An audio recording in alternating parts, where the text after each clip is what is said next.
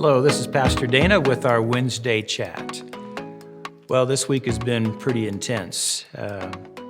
Things that are going on over the past really about 10 days have really made an impact on all of us, and I'm sure you have those same kind of hurts that I do.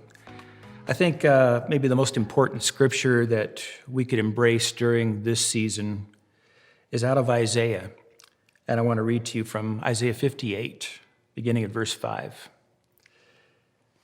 Is this the kind of fast I have chosen, only a day for a man to humble himself? Is it only for bowing one's head like a reed and for lying on sackcloth and ashes? Is that what you call a fast, a day acceptable to the Lord?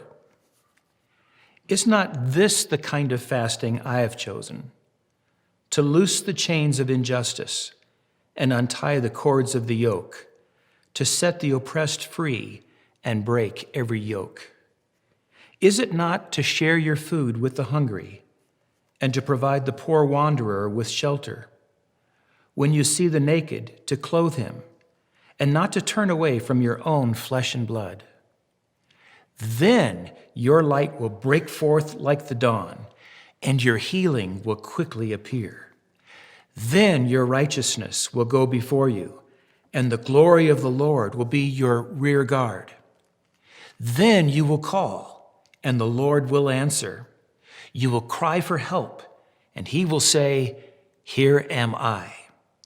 If you do away with the yoke of oppression, with the pointing finger and malicious talk, and if you spend yourselves in behalf of the hungry and satisfy the needs of the oppressed, then your light will rise in the darkness, and your light will become like the noonday.